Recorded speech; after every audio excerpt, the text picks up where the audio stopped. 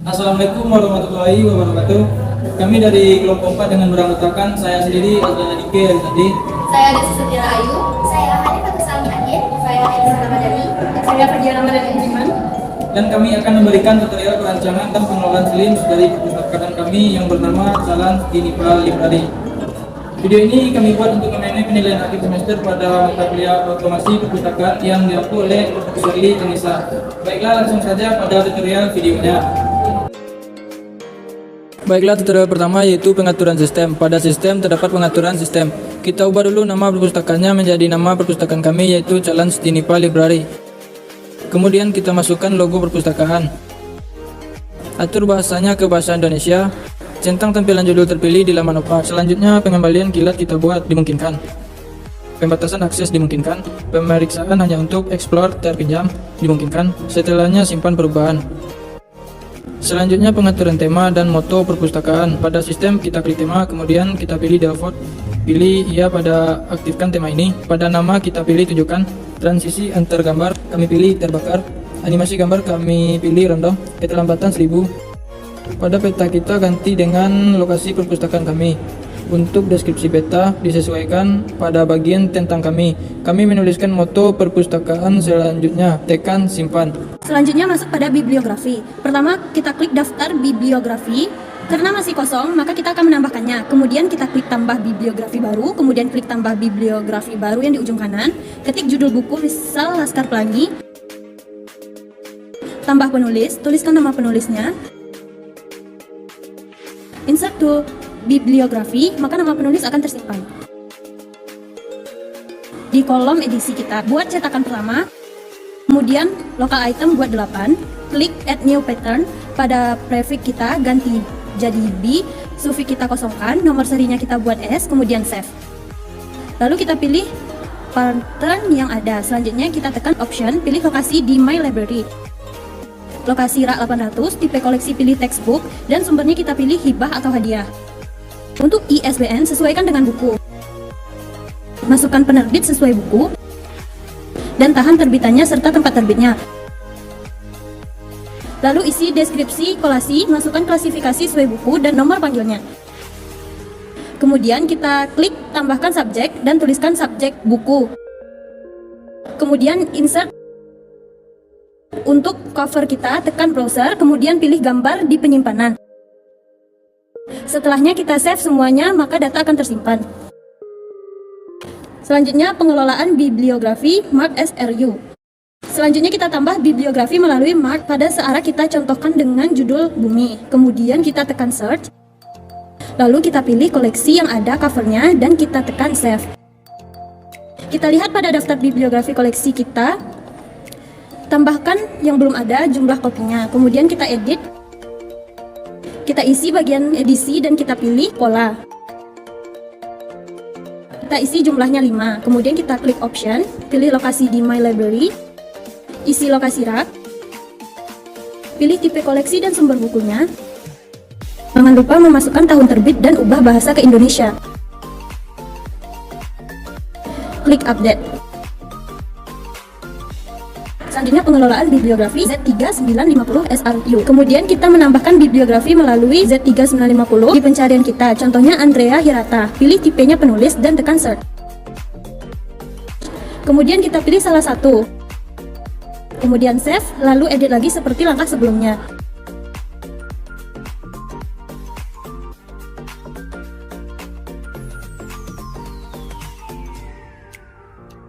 Jangan lupa menambahkan cover dan tekan update. Kemudian kita menambahkan bibliografi melalui P2P service.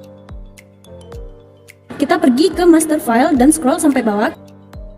Klik cataloging server. Kemudian kita tambahkan server baru. Kami mengambil server katalog induk Taman Bacaan Masyarakat Indonesia. Masukkan URL-nya dan save kembali ke halaman tadi. Kita pilih server katalog induk tadi, kita contohkan pencarian Terelie.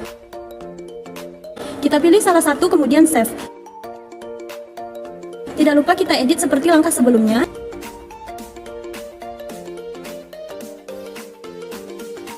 Tambahkan cover kemudian update. Selesailah penambahan bibliografi tadi. Dalam input keanggotaan akan muncul berbagai submenu, yaitu lihat daftar anggota, tambah anggota, tipe keanggotaan, percetakan kartu anggota, ekspor data anggota, dan impor data anggota. Langkah awal yang harus kita lakukan sebelum menambahkan anggota adalah dengan membuat tipe keanggotaan. Pada tipe ini, kita klik tambah tipe anggota baru, tipe anggota mahasiswa, jumlah pinjaman 3, lama peminjaman 5 hari, reservasi tidak memungkinkan, jumlah reservasi kita kosongkan, masa keanggotaan 1095 hari, kali perpanjang 1 kali, denda per hari 1000, dan toleransi keterlambatan 0. Nah, setelah semua kolom terisi dengan benar, maka bisa kita klik benar. Lalu akan muncul tipe keanggotaan baru berhasil disimpan. Setelah tipe keanggotaan terisi, barulah kita dapat mengisi atau menginputkan submenu tambah anggota. Di sini kita isi ID anggota, nama anggotanya, tanggal lahir, anggota sejak dan tanggal registrasi, berlaku hingga, set otomatis, instansi, tipe keanggotaan, jenis kelamin, alamat, kode pos, alamat surat, nomor telepon, nomor fax, nomor identitas, catatan, lalu dapat kita unggah fotonya dan isikan surel. Surel ini semacam email. Terakhir masukkan kata sandi baru dan simpan, maka anggota baru tersimpan. Cetak kartu anggota. Pada cetak kartu anggota, kita tandai semua dan masukkan dalam antrian. Lalu cetak kartu anggota dari data terpilih. Kartu anggota telah tercetak. Kita hanya perlu mengklik print pada bagian bawah kanan. Namun jika kita ingin mengubah tampilan kartu anggota, kita klik cancel terlebih dahulu, masuk pada kategori kustomisasi, ketikkan teks depan dan belakang, lebar kotak, tinggi kotak, faktor, dan lain sebagainya. Lalu simpan pengaturan. Nah, maka tampilan kartu kita akan berubah. Selanjutnya itu ekspor data anggota dan impor data anggota. Anggota yang telah tersimpan pada SIM kita dapat kita ekspor ke dalam folder laptop kita. Dengan cara pastikan tanda ruas titik koma dan klik ya pada tambah nama kolom di baris pertama. Lalu ekspor. Nah, ekspor telah berhasil. Selanjutnya impor. Pada impor kita pastikan juga pemisah ruasnya harus titik koma sesuai dengan ekspor tadi. Lalu klik ya dan tambahkan folder yang diimpor dan impor, maka di daftar anggota telah terimpor. Baik, masuk pada layanan sirkulasi, masukkan ID anggota, kemudian mulai transaksi. Di dalamnya ada identitas anggota, peminjaman saat ini, denda dan sejarah peminjaman. Kemudian masukkan kode eksemplar yang ingin dipinjam, kemudian tekan pinjam, begitu seterusnya. Terakhir, tekan selesai transaksi. Pada sejarah peminjaman, sudah ada data buku-buku yang sedang dipinjam atau yang telah kembali. Jika ingin memperpanjang, tekan menu mulai transaksi, masukkan ID, tekan perpanjang. Pada pengembalian kilat menampilkan buku yang ingin dikembalikan cepat. Untuk aturan peminjaman, kita buat aturan pada setiap tipe keanggotaan dan tipe koleksi. Aturan ini sesuai perpustakaan masing-masing. Kemudian simpan. Pada sejarah peminjaman seperti tadi, ada data yang dipinjam dan telah kembali. Daftar keterlambatan menampilkan anggota yang terlambat. Dan terakhir reservasi melihat anggota yang reservasi. Pada menu inventarisasi kita klik inisialisasi lalu lewatkan. Namun jika kalian telah memiliki data sebelumnya, kalian dapat mencanangkannya terlebih dahulu. Kita lanjut, di sini berikan nama inventarisasinya, JMD, tipe koleksi, lokasi, sesuai dengan kebutuhan perpustakaan. Untuk lokasi rak dan klasifikasi, saya kosongkan saja. Lanjut, klik inisialisasi inventarisasi. Nah, nanti akan muncul localhost sayangnya, lalu klik OK. Selanjutnya, kita klik inventarisasi aktif. Ketikkan kode X-lampernya B00020. Setelah itu dapat kita klik ubah status. Nah, di sini akan masuk kode item yang saya masukkan dengan judul rembulan tenggelam di wajahmu. Jika kita buka laporan inventarisasi, akan ketahuan berbagai totalnya dan pelaksanaan inventarisasinya. Pada menu eksemplar yang hilang saat ini, artinya koleksi yang dipinjam belum di-scan, jadi statusnya akan dianggap hilang sementara. Nah, langsung saja kita coba selesaikan inventarisasi. Di sini ada keterangan buang data eksemplar yang hilang. Kita klik ya, lalu selesaikan dan oke. Nah, pengolahan inventarisasi telah diselesaikan. Baik, kita masuk pada menu pelaporan. Terdapat banyak menu mulai dari statistik koleksi sampai ke bawah ya. Maka kita lihat satu persatu. Kita tekan statistik koleksi, maka akan muncul tampilan seperti video di atas. Dalamnya terdapat keterangan mengenai total judul yang dipunya, total judul dengan eksemplar, total eksemplar yang dipinjam, total judul menurut GMD, total eksemplar menurut jenis koleksi, dan ada 10 judul populer yang sering dipinjam oleh pengunjung. Kemudian laporan peminjaman. Menampilkan total peminjaman, total transaksi peminjaman, rata-rata transaksi per hari, transaksi tertinggi dalam seharinya, dan lain-lain. Karena belum ada yang meminjam dalam perpus kami, jadi ada 0 transaksinya, dan anggota yang belum pernah meminjam ada 1. Kemudian masuk pada laporan anggota, melihatkan total anggota terdaftar, yaitu ada 1 anggota terdaftar, total anggota yang aktif ada 1, yang kadaluarsa, dan ada 10 anggota yang aktif.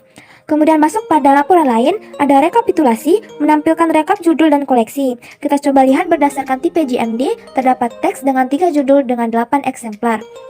Kemudian kita masuk lagi pada daftar judul, menampilkan daftar judul yang dipunya. Kemudian daftar judul eksemplar, terdapat data daftar judul beserta kode eksemplarnya, tipe koleksi, statusnya, dan nomor panggil. Di atasnya ada tunjukkan opsi lebih banyak kalau mau melakukan pencarian yang lebih rinci lagi. Kemudian statistik penggunaan koleksi, untuk melihat koleksi berapa kali dipinjam dalam sebulan, mulai dari Januari sampai Desember. Kemudian peminjaman berdasarkan klasifikasi. Kalau ini berdasarkan klasifikasi berapa yang dipinjam pada bulan Januari sampai Desember. Kemudian daftar anggota, menampilkan data anggota dengan tipe keanggotaannya. Kemudian ada daftar peminjaman anggota. Ini masih kosong, isinya nanti yaitu data anggota yang sedang meminjam. Kemudian ada sejarah peminjaman, menampilkan buku-buku yang pernah dipinjam oleh pengunjung. Kemudian ada peringatan jatuh tempo, menampilkan data peminjam yang sudah lewat atau jatuh tempo. Kemudian di bawahnya lagi ada daftar keterlambatan, hampir sama dengan yang di atas, yaitu menampilkan data peminjam yang terlambat mengembalikan koleksi. Masuk pada aktivitas staf, yaitu menampilkan keaktifan staf dilihat dari saat entry bibliografi, entry data eksemplar, entry data anggota, dan lain-lain. Kemudian ada statistik, menampilkan jumlah pengunjung per bulannya dari Januari sampai Desember. Kemudian di bawahnya ada yang lebih rinci lagi, yaitu statistik pengunjung per harinya, menampilkan data jumlah pengunjung per harinya. Kemudian ada daftar pengunjung, isinya nama-nama pengunjung serta tanggal kunjungannya. Kemudian ada laporan denda, yaitu jumlah denda yang didapat per harinya. Kemudian di bawahnya baru daftar anggota yang kena denda tersebut. Mungkin itu saja dari menu pelaporan, selanjutnya akan dilanjutkan oleh teman saya. Selanjutnya plugin label dan cetak barcode. Langsung saja kita masuk pada menu sistem, lalu klik menu plugin yang di samping kiri. Setelah itu enablekan plugin label dan barcode. Tinggal kita klik saja, maka plugin akan terpasang. Untuk mencetak label dan barcode, teman-teman bisa pergi ke bibliografi, lalu cari menu plugin label dan cetak barcode yang ada di samping kiri ini. Lalu klik dan centang semua buku yang ingin dicetak label dan barcode-nya. Setelah itu klik add to print queue, lalu klik OK. Klik print label for selected data yang ada di pojok kanan atas. Maka inilah tampilan untuk judul buku yang ingin di print label dan barcode-nya. Teman-teman bisa klik print untuk mencetak label dan barcode dari judul buku yang telah teman-teman pilih. Selanjutnya kita masuk pada plugin bebas pustaka. Untuk plugin bebas pustaka, teman-teman harus mendownload file plugin bebas pustaka Slim 90 di Google. Jika sudah terdownload, maka ekstrak file tersebut di folder htdocs yang ada di folder XMPP teman-teman. Kita klik ekstrak dan tunggu file ekstrak terbuka dengan sendirinya. Nah, ini adalah file plugin bebas pustaka yang telah diekstrak. Kita buka dan klik file yang berjudul readme untuk coding yang akan kita gunakan nanti. Setelah itu klik file kartu bebas pustaka, copy lalu kembali pada folder htdocs. Klik folder Slims teman-teman, admin, modules, membership, lalu paste file kartu bebas pustaka yang sudah teman-teman copy tadi. Buka file submenu, scroll paling bawah dan copy paste kode baru dari file readme yang kita buka di awal tadi. Lalu save and close. Kembali ke folder htdocs, buka folder plugin bebas pustaka, copy logo, kembali ke htdocs, buka folder Slims teman-teman, files dan paste logo di sini. Kembali ke htdocs, folder Slims, admin template, buka file print setting, scroll paling bawah, copy kode baru yang ada di folder readme, paste, close and save. Maka plugin bebas pustaka sudah selesai diinstal. Untuk print kartu bebas pustaka, maka masuk dahulu ke akun Slims, klik menu membership. Nah, ini adalah plugin bebas pustaka yang sudah kita install ke Slims. Klik dan pilih member yang ingin dicetak kartu bebas pustakanya. Add to print queue, klik OK dan klik cetak kartu bebas pustaka yang ada di pojok kanan atas ini. Maka inilah tampilan kartu bebas pustaka yang akan dicetak. Selanjutnya kita masuk pada plugin buku induk. Teman-teman bisa mendownload plugin buku induk di Google terlebih dahulu. Setelah itu copy file, buka folder XMPP, htdocs, folder Slims teman-teman, admin, modules, reporting, custom, dan paste file buku induk di sini. Lalu buka file custom report list, scroll paling bawah, buat kode baru dengan cara copy kode paling bawah, lalu paste di bawahnya. Ubah tulisan download counter menjadi laporan buku induk, DL_counter menjadi buku _induk, dan laporan attachment report menjadi laporan buku induk. Setelah itu save and close. Maka plugin buku induk sudah terpasang di Slims teman-teman. Untuk mencetak buku induk tersebut, teman-teman bisa kembali ke Slims, buka menu pelaporan, scroll ke bawah, maka teman-teman akan menemukan plugin buku induk yang sudah kita install tadi. Klik dan inilah tampilan buku induk di Slims teman-teman. Jika ingin mencetak, tinggal klik tulisan cetak halaman ini dan inilah tampilan buku induk saat dicetak. Baiklah, sekian tutorial dan penjelasan dari kami. Maaf atas kesalahan dan ketidaksempurnaan. Kami akhiri dengan Assalamualaikum warahmatullahi wabarakatuh.